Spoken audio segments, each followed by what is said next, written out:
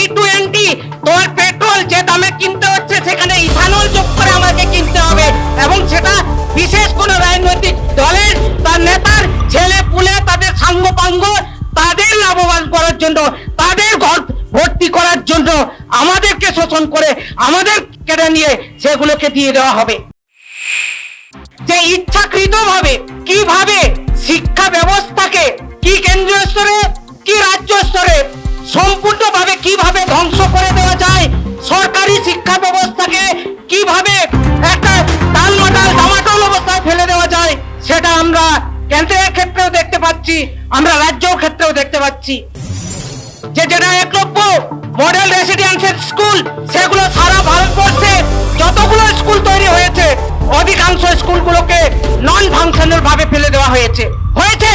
Building অনেক জায়গায় হয়েছে, অনেক কিছু হয়েছে, কিন্তু যথাযোগ্য শিক্ষক নিয়োগ করা হয়নি, যথাযোগ্যভাবে পঠন পাঠন তার ব্যবস্থা করা হয়নি। আমরা লড়াই করলে, লড়াইয়ের ময়দানে থাকলে জানবেন সফলতা আসবেই আসবেই আসবেই। কোনোভাবে কেউ তোমার এই লড়াইটাকে, আপনার আমার এই যে লড়াইটাকে, সেই লড়াইটাকে কেউ ছুঁড়ে ফেলে দিতে পারবে না। Welcome back to Santhali Thought. আপনারা আছেন এবং আমার সামনে যারা রয়েছেন আমার মা বোনরা, যারা এই শীতকে উপেক্ষা করে বহু দূর দূরান্ত থেকে এসেছেন, আমি খুব বেশি সময় নেব না, একেবারে আমি অত্যন্ত সংক্ষিপ্ত ভাবে আমার বক্তব্য শেষ করব।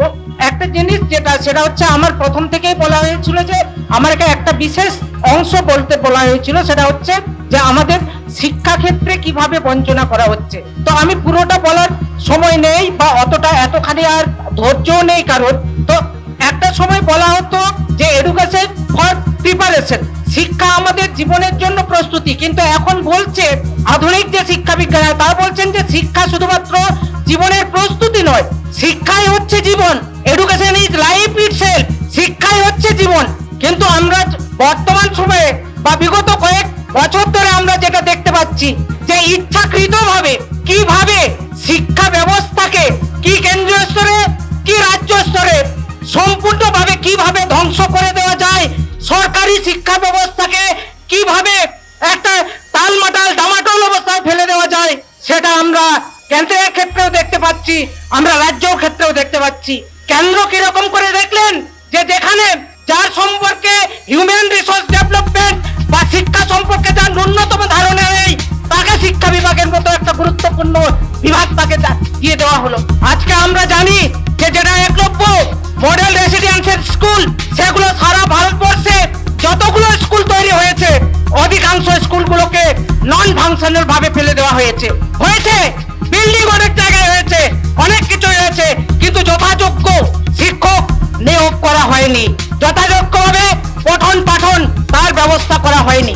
আমরা আগেও দেখেছি এবং এই সরকারের সাথে যে আমরা পূর্বতন যারা দীর্ঘদিন ধরে আমাদের শাসক গোষ্ঠী যারা শোষণ করে গেছে আমাদেরকে, তাদের সাথে এদের বিশেষ কোনো পার্থক্য নেই।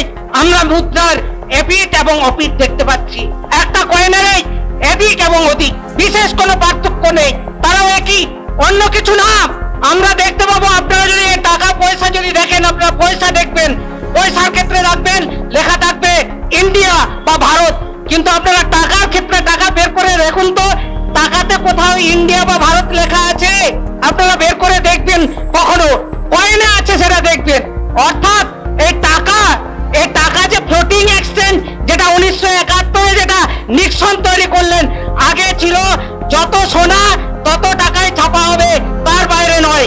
এই যে আমাদের পাহাড়, জল, জমিন, জঙ্গল সবকিছুর থেকে অধিকার থেকে আমাদেরকে যে আপ্রুটেট করা হচ্ছে, আমাদেরকে সরিয়ে দেওয়ার চেষ্টা হচ্ছে, কারণটা হচ্ছে এই যে টাকা, কাগজের যে কারেন্সি, সেই কাগজের কারেন্সি হচ্ছে ফ্লোটিং এক্সচেঞ্জ, আর কোনো মূল্য নেই। যত সোনা যত মিনারেলস আছে সেই নিয়েই টাকা, যে কারণে আমাদের বিভিন্ন জায়গা থেকে এটা পাওয়া গেছে, ওটা পাওয়া গেছে, এটা তুলতে হবে, ওটা তুলতে হবে বলে আমাদেরকে আপ্রুভ করা হয়, আমাদেরকে শিকড় ছিন্ন করা হয়, আমাদেরকে তাড়িয়ে দেওয়ার ব্যবস্থা করা হয়। তাড়িয়ে তো এমনি দেয় না, কারণটা হচ্ছে যে কিছু অলিগোপলি, কিছু মনোপলি, আজকের যুগে মনোপলি সম্ভব নয়, কিন্তু অলিগোপলি করা হয়। তার সাথে তো ক্রনি ক্যাপিটালিজম রয়েছে, যারা সরাসরি যারা রাজনীতির সাথে যুক্ত, যারা মন্ত্রিত্বের সাথে যুক্ত, তাদের এখন তারা বা তাদের ছেলেমেয়েরা সরাসরি ব্যবসায়ীর সাথে যুক্ত। আজকে আমাদেরকে E20 তোমার পেট্রোল যে দামে কিনতে হচ্ছে, সেখানে ইথানল যোগ করে আমাকে কিনতে হবে, এবং সেটা বিশেষ কোনো রাজনৈতিক দলের তার নেতার ছেলে পুলে তাদের সাঙ্গপাঙ্গ তাদের লাভবান করার জন্য, তাদের ঘর ভর্তি করার জন্য আমাদেরকে শোষণ করে আমাদের কেড়ে নিয়ে সেগুলোকে দিয়ে দেওয়া হবে। অর্থাৎ আমাদের যে আদিবাসী এই যে এতজন যে সংগঠিত হয়েছে, একসাথে এসছে, তাদের আশার যে কত আছে না আছে, সেটার থেকে বড় কথা হচ্ছে এক একটা লড়াই, এক একটা ছোট ছোট ক্ষুদ্র লড়াই, যেটা পথের থেকে শুরু হয়। ফেসবুক বিপ্লব না, এখানে ওখানে বিপ্লব না, রাস্তায় পথ দেখায়। এবং এই যে এত মানুষ যারা এত ঠান্ডা উপেক্ষা করে রাস্তায় নেমে এসেছে, এটা একটা অন্যরকম তাৎপর্য বহন করে। আমাদের এই আদিবাসীদের যে প্রথম যে সংবিধানের অ্যামেন্ডমেন্টটা হয়েছিল তখনও ভীমরাও আম্বেদকরজি বেঁচে আছেন। সেটা মাদ্রাজ হাইকোর্টের একটা কেসের ভিত্তিতে চম্পক দুরাই রাজন সে বলেছিল যে আমরা তাহলে যে সংবিধানের পরিপ্রেক্ষি সংরক্ষণ, সেটা প্রথম অ্যামেন্ডমেন্ট হয়েছিল। সেখানে বলছে শুধুমাত্র নট অনলি কাস্ট, শুধুমাত্র জাতির জন্য নয়, জাতির ভিত্তিতে নয়, যে একজন মানুষ সে বেড়ে ওঠার ক্ষেত্রে সে কতখানি সে নিপীড়িত হয়েছে, অত্যাচারিত হয়েছে, কতখানি সুযোগ সুবিধা থেকে বঞ্চিত হয়েছে, সেটাই হয়েছে ফার্স্ট অ্যামেন্ডমেন্ট। এবং সেটা কিন্তু এই আমাদের এই যে জাতিভিত্তিক সংরক্ষণ, যেটা এখন ডামাডোল করে দিতে চাইছে, যেটা যে অধিকারগুলো সেগুলোকে বিভিন্ন মানুষজন, বিভিন্ন সেক্টরের মানুষজনকে ঢুকিয়ে দিয়ে সেটাকে ভেগ করে দিতে চাইছে, সেটাকে পুরোটাই ডামাডোল করে দিয়ে সেখান থেকে যে লুটে পুটে খাওয়ার যে চক্রান্ত, সেই চক্রান্তটা স্পষ্ট হয়ে যাচ্ছে। এবং আরো একটা জিনিস, এই যে আমাদের এখানে একটা দাবির আছে, যেটা হচ্ছে বীরভূমের কুয়েডিবিরুর ঘটনা। এই বীরভূমের কুয়েডিবিরুর ঘটনা আপনারা এটাও একটা কেস, যে কেস সেটা মহারাষ্ট্রের মথুরা বলে একটা আদিবাসী মেয়ে। এই যে এখন যেটা এখন একজন দর্শিতার তার পরিচয় কোনোভাবে সামাজিক জায়গায় আসবে না, কারণটা কিন্তু ওই একটা আদিবাসী মেয়ে, যার নাম মথুরা। সেই মথুরা কাস্টোডিয়াল রেপ হয়েছিল পুলিশের দ্বারা। সেখানে প্রথমে ডিভিশনাল কোর্ট বলেছিল যে না, এটা এই নয়, ওই নয়, কোনো ধর্ষণের ঘটনা নয়। সেখানে হাইকোর্ট বললো যে হ্যাঁ, কিন্তু পরবর্তী ক্ষেত্রে সেটা এই যে বললাম, এই যে আমরা এতজন যে পথে নামছি তার গুরুত্বটা কোথায়, যেখানে সুপ্রিম কোর্ট পর্যন্ত সেটা খারিজ করে দিয়েছিল। পরে সেটা কি হলো, একটা খোলা চিঠি রাষ্ট্রপতিকে লেখা হয়েছিল। সে রাষ্ট্রপতি পরবর্তী ক্ষেত্রে সেই চিঠিটা পাকিস্তানের ডন বলে একটা সংবাদপত্র আছে, সেই সংবাদপত্রে প্রকাশিত হয়। পরবর্তী ক্ষেত্রে আমাদের যারা এখানের রাজনৈতিক ব্যক্তিত্ব, আমাদের কোর্টের যারা, তারা নড়ে চড়ে বসেছিল। সেই সময় থেকে পরবর্তী ক্ষেত্রে ধর্ষণ ঘটনা বলছে যে একটা নিয়ম, যেটা ল কমিশন, সেই ল কমিশন বলল যে এটাকে একেবারে 18 বছরের নিচে যা কিছু হবে, কনসেন্ট থাকুক না থাকুক, নো মিনস নো, যেটা এখন সেইভাবেই সেখানে আইন তৈরি হলো যে 18 নিচে যে ঘটনায় ঘটুক না কেন সেটা রেপ বলে পরিগণিত হবে। এবং এটাও কিন্তু সংবিধানের একটা গুরুত্বপূর্ণ অঙ্গ।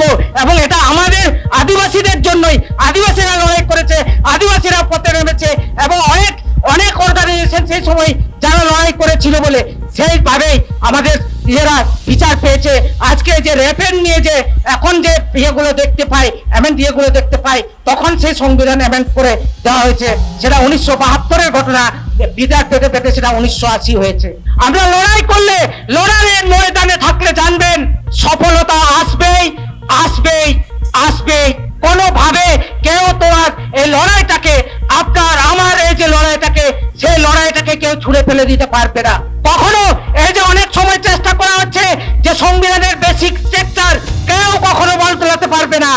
যে সংবিধানকে আমি বদলাবো বেসিক স্ট্রাকচারটা না, এটাও সেটা বলা হয়েছে। যদি কখনো বদলাতে হয় এখন, তাহলে তার বেসিক স্ট্রাকচার বদলাতে হলে গণভোট করতে হবে। সংসদে 2/3 বদলে দেব সম্ভব নয়, হবে না।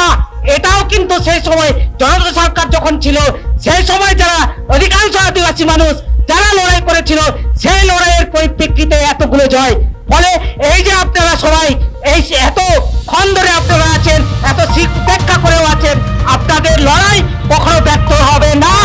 আপনারা আছেন, আপনারা থাকবেন, আমরা আছি, আমরা থাকবো, আমাদের লড়াই জারি থাকবে। এটুকু বলেই সবাইকে হুলসে জোহার জানিয়ে আমার এই বক্তব্য শেষ করলাম।